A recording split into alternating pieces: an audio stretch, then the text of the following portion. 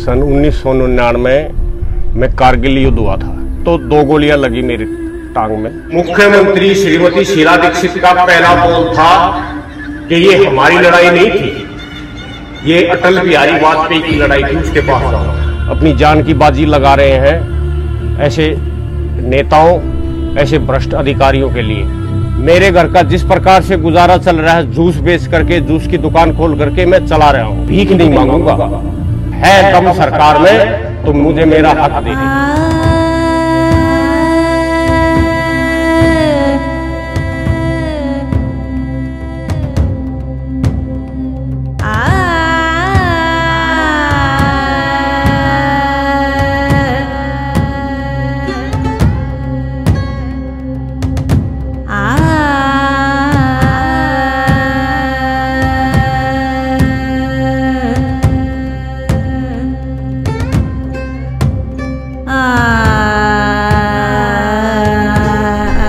ये जी सन 1999 में कारगिल युद्ध हुआ था।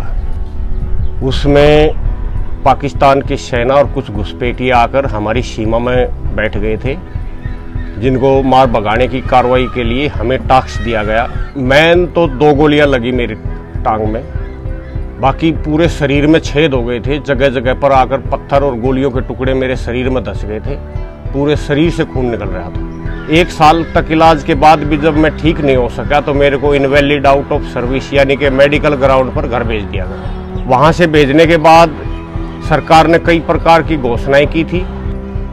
मैंने उनके पीछे जो आर्मी से पैसा कमाया था वो भी खर्च कर दिया। मेरे को 1 एकड़ जमीन देने का वायदा किया था, जो दिल्ली की संविधान की किताब में लिखा हुआ है कि युद्ध के घायल सैनिक को 1 एकड़ जमीन देकर सम्मानित किया जाएगा। वो जमीन मेरे को दे भी दी गई और 4 साल तक मैंने उसमें पैसा खर्च किया, मेहनत की।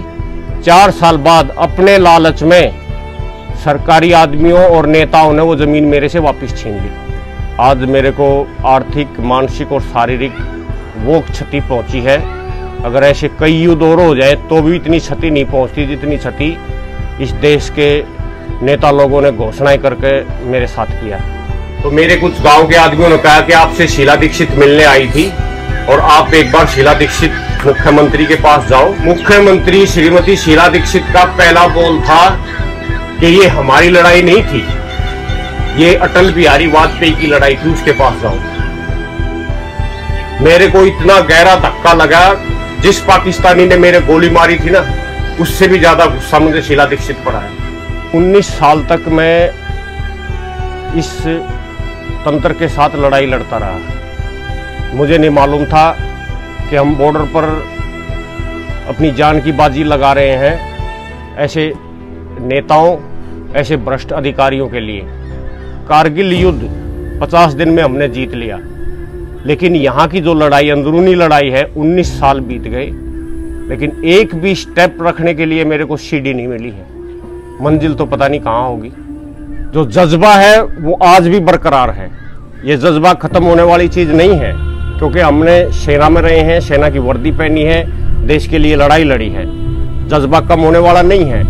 लेकिन जो देश का जो नेता है, वे हमारे ऊपर जो राजनीति करते हैं, जो भ्रमित करते हैं, यहाँ पर मेरे को ठेस पहुंची है। क्योंकि हमने जो बॉर्डर पर लड़ाई लड़ी वो किसी लालच में नहीं लड़ी थी, ना ही हमें कोई उम्मीद थी कि सरकार हमारे लिए ये करेगी वो करेगी। हमारे पीछे पूरा देश था। हमें मालूम था कि अगर हम वहाँ शहीद भी हो गए तो हमारे परिवार को संभालने के लिए पूरा देश हमारे पीछे खड़ा है। लेकिन कुछ नेता लोग वोट और श्रेय लेने के लिए बीच में आकर टपक जाते हैं, वे हमारा मनोबल तोड़ते हैं। सरकार से मैं ये चाहता हूं कि सैनिकों पर राजनीति करनी छोड़ दें, उन पर झूठी घोषणाएं करनी छोड़ दें और सिर्फ फौजियों के शहीद स्मारकों पर साल में 4 बार फूल चढ़ाकर देश का दिल जीतने की कोशिश ना करें। ये आवाज सिर्फ मेरे लिए नहीं है, ये उन सभी मेरे सैनिक साथियों के लिए है जो मेरे की तरह युद्ध के घायल हैं। ये सर, मैंने 250 बार तिरंगा देखी है राजकुमार जी की। उसमें मैंने यही सीखा है कि मैं भीख नहीं मांगूंगा, ना ही किसी के दरवाजे पर जाऊंगा, मेरे घर का जिस प्रकार से गुजारा चल रहा है, जूस बेच करके, जूस की दुकान खोल करके मैं चला रहा हूं, मैं उसी से खुश हूं। लेकिन मैं किसी के दरवाजे को नहीं खटखटाऊंगा। मुझे अगर है दम सरकार में तो मुझे मेरा हक दे। शान से जिया, शान से लड़ा, गोली भी खाई, घायल भी हुआ, भीख नहीं मांगता। अगर हिम्मत है तो मेरा हक दे, वरना उसकी भी कोई आवश्यकता नहीं। जय हिंद, जय भारत।